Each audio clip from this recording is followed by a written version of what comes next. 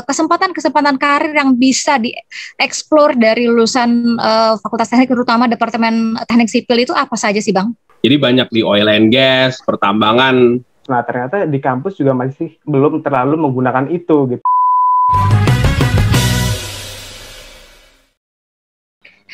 Pagi Teknik.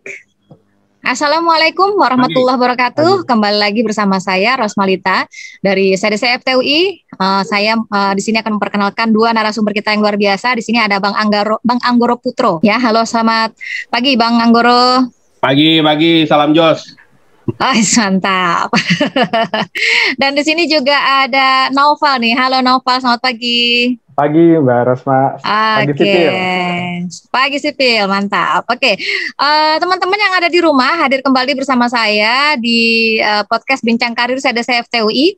Podcast Bincang Karir CDC FTUI kali ini merupakan rangkaian dari kegiatan Road to Bootcamp. Nah, Road to Bootcamp itu apa? Nanti setelah perangkaian podcast ini, kita akan menghadirkan bootcamp karir dari CDC FTUI. Ada 3 pilihan kelas yang nanti akan kita sediakan, kita fasilitasi buat teman-teman semua dalam menemukan, kenali, dan merancang roadmap perencanaan karir teman-teman. Yang pertama adalah kelas Ready to Work class, yang kedua adalah Scholarship class, dan yang terakhir adalah Entrepreneurship class. Di sini ada Bang Anggoro mewakili dari alumni Ikatan Alumni Sipil. Bang Anggoro bekerja di PUPR ya Bang Anggoro ya? Ya, saya di Kementerian PUPR di Direktorat Jenderal Cipta Karya. Oke, siap nih. Yang saya dengar-dengar nih Bang Anggoro termasuk pemimpin muda yang sukses di PUPR. Ya, alhamdulillah, mudah-mudahan kita jaga selalu amanah inilah. Di sini juga ada Naufal mewakili dari Ikatan Mahasiswa Sipil. Nah, kita akan ngobrol-ngobrol santai nih dengan Bang Anggoro dan Naufal. Bang Anggoro nih, saya mau mulai dengan Bang Anggoro dulu. Kalau menurut Bang Anggoro sendiri, sebenarnya kesempatan-kesempatan karir yang bisa dieksplor dari lulusan Fakultas Teknik, terutama Departemen Teknik Sipil itu apa saja sih, Bang? Jadi, kalau anak-anak Teknik Sipil UI ini ya, malah sebetulnya kalau di zaman angkatan saya, banyaknya malah nggak bekerja langsung di core teknik sipilnya. Jadi banyak di oil and gas, pertambangan. Saya waktu itu lulus di tahun 2006 gitu ya. Di tahun 2006 saya masuk di Sipil UI itu tahun 2001. Mungkin di tahun 2006-2005 sekian itu sektor pertambangan, sektor oil and gas itu masih sangat-sangat menarik gitu ya. Dan saya juga termasuk yang agak aneh nih, karena anak Sipil UI itu jarang yang jadi pegawai negeri gitu ya. Termasuk juga kayak teman-teman yang kerja di BUMN. Jadi memang rata-rata teman-teman Sipil UI itu sebagian besar mungkin di angkatan saya sendiri masih kalau di average bisa 60% kali ya yang bekerja di luar core sipil. Jadi ke arah mining, ke arah oil and gas ya. Tapi buat saya sih kita mesti confidence ya sebagai lulusan UI gitu ya, dan kita tahu bahwa kita punya sebuah kekuatan yang khas gitu ya sebagai lulusan UI, di mana UI ini kan terkenal dengan kampus yang cukup demokratis. Kita bisa menyampaikan pendapat, gagasan kita secara lebih leluasa gitu ya. Ini menjadi sebuah kekuatan yang penting gitu ya, di mana kita bisa menyampaikan atau mengutarakan ide-ide kita sebagai newcomer ya di dunia kerja gitu ya. Buat saya, teman-teman yang sudah di luar sana gitu ya, sudah kerja juga, jangan lupa untuk mengupgrade diri juga ya. Jadi jangan sampai habis pengalamannya hanya di sisi satu pekerjaan, namun teruslah belajar, karena memang belajar itu tidak ada batasan umur, tidak ada batasan tempat. Itulah dinamika yang selalu kita hadapi. Oke Bang, kalau boleh saya sedikit kepo nih Bang, boleh nggak Bang cerita perjalanan karir Bang Anggoro itu dari lulus sampai dengan berada di mungkin belum puncak ya Bang ya, ini masih di pertengahan ya, di pertengahan menuju puncak karir dari Bang Anggoro. Bisa cerita nggak Bang? Saya sendiri lulus tahun 2006, namun masuk di Kementerian PUPR itu di tahun 2008. Tapi perjalanan saya panjang di 2 tahun itu. Memang di awal saya belajar kerja di, mungkin teman-teman pernah tahu Lemtek UI ya. Lemtek UI itu tempat yang baik juga untuk belajar buat kita semua. Di awal-awal kita banyak belajar dengan para dosen kita yang kemudian juga ya terkadang berkarya di situ, kemudian juga mitra-mitra kerja yang baru. Nah, di situ saya mendapatkan relasi lagi, saya diberikan kesempatan untuk menjadi individual consultant untuk project irigasi ya, yang ada di Bappenas yang didanai oleh World Bank. Tapi posisi saya memang bukan PNS. Saya 1 tahun di sana, saya melihat apa yang dikerjakan oleh pemerintah selama ini. Saya kemudian menjadi tertarik gitu ya. Saya melihat bahwa kalau saya ada di pemerintahan, rasanya saya punya andil yang bisa jauh lebih besar ya, impact yang jauh lebih besar, karena pemerintah ini kan sifatnya masif pembangunannya gitu ya. Dan tidak hanya basisnya business as usual gitu ya. Jadi banyak sesuatu yang tidak bisa dikerjakan oleh sektor swasta, pemerintah akhirnya turun. Ini unik memang, karena saya adalah mungkin alumni UI yang bekerja di sektor pemerintah. Nggak banyak alumni UI yang bekerja di sektor pemerintah, apalagi anak-anak teknik sipil. Mungkin itu. Oke. Ini kalau yang saya tangkap ya Bang ya, berarti Bang Anggoro itu kan sudah menemukan passionate-nya ya. Kenapa harus berkarir di di pemerintahan? Karena mungkin buat anak-anak muda zaman sekarang yang cenderung larinya ke startup gitu ya, atau mungkin ke multinational company dan lain sebagainya. Ada filosofi dan ada visi tersendiri dari Bang Anggoro. Mungkin itu yang bisa saya highlight nih buat teman-teman. Jadi bukan cuma sekedar masalah salary, tapi juga mungkin tujuannya Bang ya, kenapa kita harus bekerja begitu ya Bang ya. Karena saya merasa bahwa saat kita bekerja di pemerintah, apalagi kita dipercayakan untuk menangani berbagai macam proyek strategis nasional, impact-nya akan luar biasa. Dan exposure dari proyek-proyek yang dilaksanakan oleh pemerintah saat ini tuh wow sekali gitu ya. Karena bisa dibayangkan kalau pemerintah sampai turun, artinya kemungkinan besar swasta tidak mau turun. Namun sekali lagi tidak ada yang benar dan tidak ada yang salah gitu ya. Semua orang punya passion. Banyak teman-teman juga yang memang mungkin passion-nya ada di bidang yang lain gitu. Tapi menurut saya selalu memberikan penekanan kepada teman-teman sipil yang muda. Bekerjalah, mulailah karir di core yang memang ilmu kita itu ada di situ gitu ya. Bukannya saya mengesampingkan yang lain, bila kita bekerja di sektor lain, maka belum tentu kita akan menjadi key person di sektor tersebut. Ya, terlepas dari kita nggak akan pernah tahu nasib kita sampai gimana ya. Tapi memang saya harus akui orang sipil teknik itu punya fleksibilitas yang tinggi. Jadi dia bisa kerja di banking, bisa kerja di manapun gitu ya. Cuman memang akhirnya balik lagi passionnya akhirnya ke situ nggak gitu ya. Oke, nah saya mau balik ke Naufal nih. Naufal, ini kan kamu kan tingkat 2 ya Naufal ya? Iya betul. Udah dong ngobrol-ngobrol sama teman, mungkin cerita-cerita kegelisahan gitu ya. Ini tingkat 2 nih udah mulai masuk fase-fase pengkhususan gitu ya, di mata kuliah teknik sipil gitu. Terus udah mulai ngobrol-ngobrol, ketemu alumni-alumni yang sukses dari dirut apa dan sebagainya, jabatannya dan sebagainya gitu. Nah, bisa nggak kamu sharing gitu ya sebenarnya apa sih yang menjadi majority passion ya buat teman-teman mahasiswa teknik sipil? Nah, kalau tentang kegelisahan begitu ya. Jadi sejauh ini saya ngobrol dan banyak-banyak ada bahkan beberapa alumni juga sempat meminta ke saya gitu kan. Sebetulnya saya juga organisasi Kartala dari Civil Environmental Scientific Association. Ada beberapa alumni yang kembali ngontek kita sebagai mahasiswa tentang mengenai permasalahan BIM gitu. Jadi kan berarti kalau saya artikan bahwa nanti di dunia karir kedepannya akhir-akhir ini BIM tuh lagi marak digunakan gitu. Nah jadi sebenarnya yang menjadi salah satu permasalahan utama di karir teknik sipil mungkin kalau dari saya sebagai mahasiswa sudut pandang saya, jadi penggunaan software BIM ini gitu. Jadi mungkin dari Bang Anggoro tadi sharing tentang kita pemerintah membangun beberapa infrastruktur di beberapa daerah dan sebagainya, itu ternyata bisa lebih dipermudah gitu pengerjaannya menggunakan BIM itu sendiri. Nah kebetulan juga mungkin dari beberapa alumni teknik sipil juga sempat kontak ke kita, mungkin karena kita sebagai mahasiswa yang istilahnya generasi milenial gitu ya. Jadi mungkin kita udah belajar di kampus. Nah ternyata di kampus juga masih belum terlalu menggunakan itu gitu. Jadi maka dari itu ya kegelisahan dari teman-teman mahasiswa juga yang pertama itu BIM itu sih. Jadi ya penggunaan BIM dan semacamnya. Begitu sih Mbak.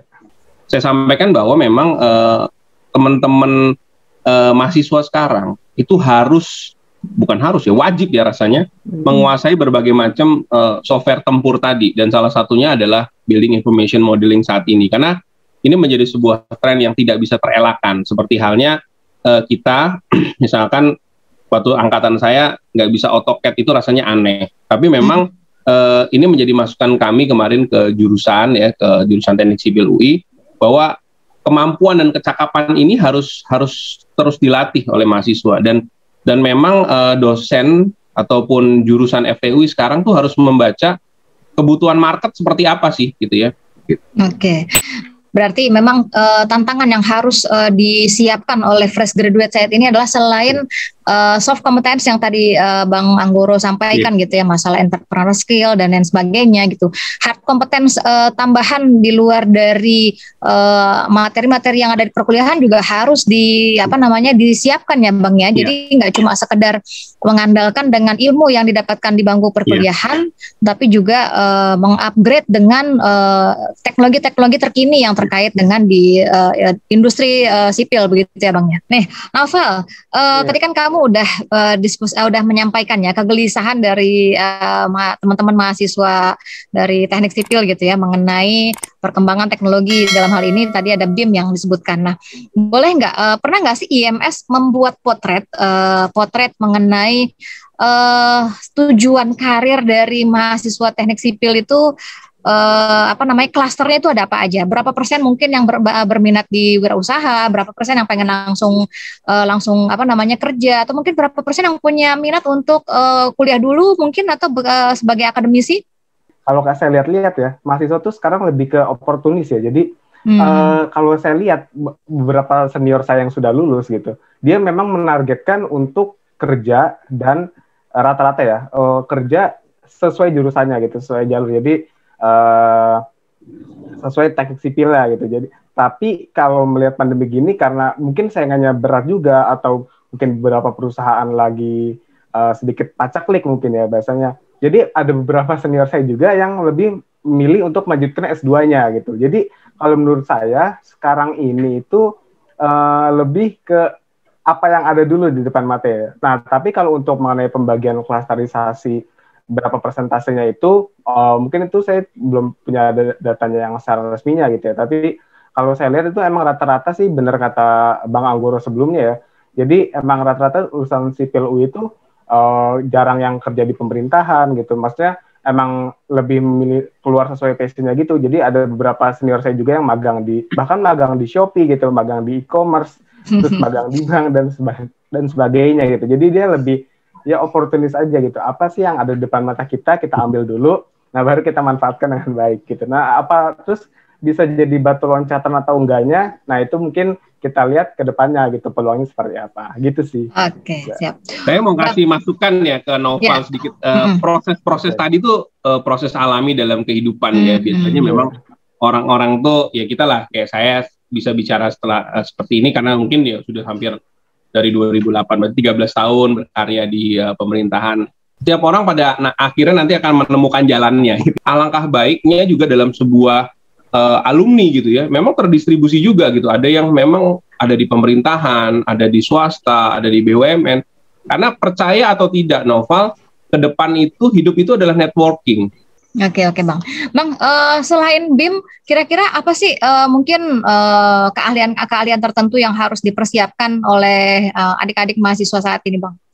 Pertama, di samping skill-skill skill-skill software tadi, yang kedua adalah kemampuan teman-teman untuk berkomunikasi. Menurut saya, kemampuan soft skill dalam berkomunikasi itu menjadi penting, ya. Kita boleh merasa pintar, tapi disimpan dulu di dalam diri kita dulu gitu ya. Hal-hal kayak gini akan bisa didapat dari teman-teman yang juga biasa berorganisasi. Saya mau memberikan contoh, Naufal, tanpa mengesampingkan bahwa yang IP-nya paling tinggi itu pasti yang akan menjadi sukses atau seperti apa. Tapi rata-rata kalau kemarin kita lihat, tim advisory board aja, rata-rata direktur di PP, direktur yang mana, kepala ini, rata-rata saya harus katakan mereka tidak semata-mata orang yang IP-nya 3,8. 3,9, IP-nya 4. Tapi mungkin mereka hanya 3 tipis atau 2,85 dulu. Tapi mereka punya kemampuan soft skill, kemampuan berkomunikasi, kemampuan memimpin organisasi yang baik gitu. Oke, nih Naufal ini berarti kita sebut saja sudah selangkah di depan ya Bang ya, karena aktif di IMS. Yang mudah-mudahan IP-nya juga oke nih ya Naufal ya. Alhamdulillah, baik. Ya.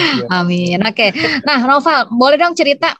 Tadi kan Bang Anggoro kan udah sharing banyak banget gitu ya, apa sih yang harus dipersiapkan dan lain sebagainya. Kalau dari IMS sendiri apa sih program-program yang sudah dipersiapkan untuk teman-teman di teknik sipil sendiri?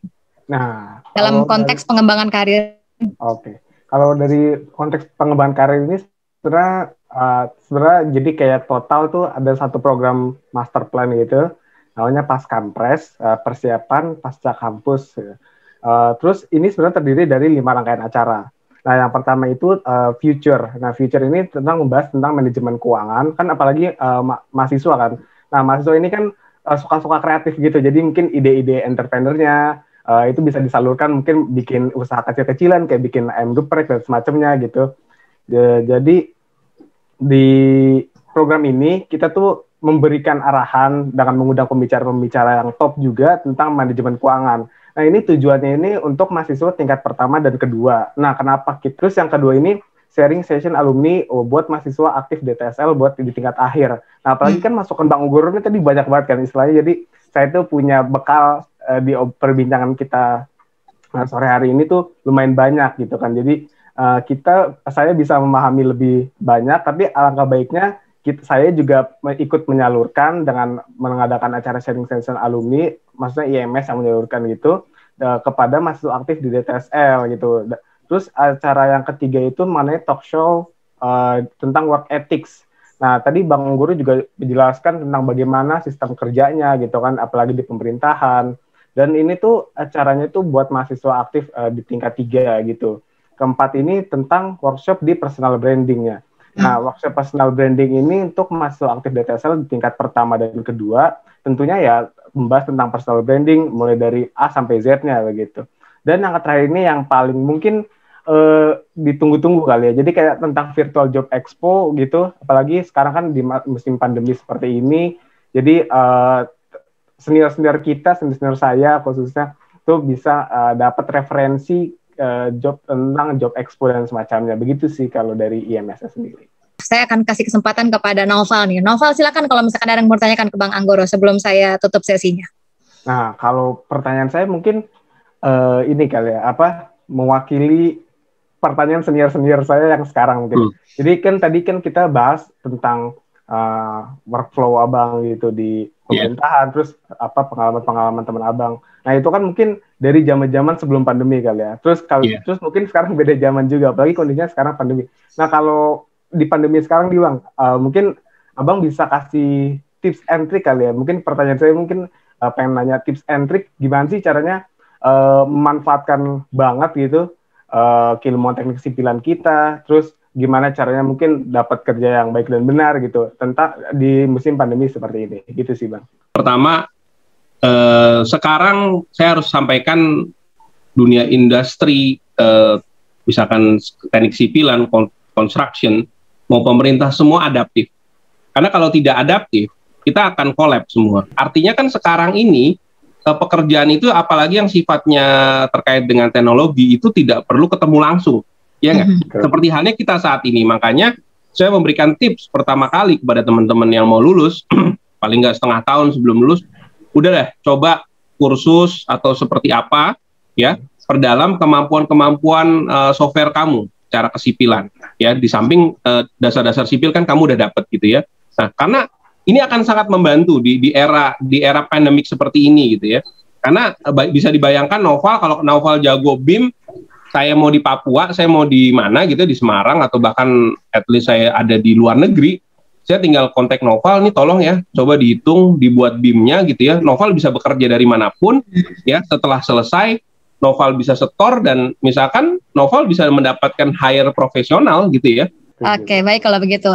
Bang Anggoro, Naufal, terima kasih banyak atas kesempatannya. Ini adalah suatu sesi yang luar biasa, sangat kaya sekali, dan saya pikir juga dari Naufal juga kayak seperti tercerahkan juga nih ya, seperti itu. Dan ini hanya hanya apa ya? Hanya permulaan dari diskusi kita karena nanti akan lebih diperdalam lagi di kelas-kelas bootcamp yang akan diselenggarakan oleh CDCFTUI. Boleh ditonton terus podcast dari CDCFTUI dari episode 1 sampai dengan nanti episode 14. Di sini ada Bang Anggoro dan juga ada Naufal. Terima kasih yang sudah mewakili. Bang Anggoro mewakili dari Ikatan Alumni Sipil dan Naufal yang mewakili Ikatan Mahasiswa Sipil. Kami ucapkan terima kasih banyak. Saya Rosmalita dari CDC FTUI undur diri pamit. Wassalamualaikum warahmatullahi wabarakatuh. Waalaikumsalam warahmatullahi wabarakatuh.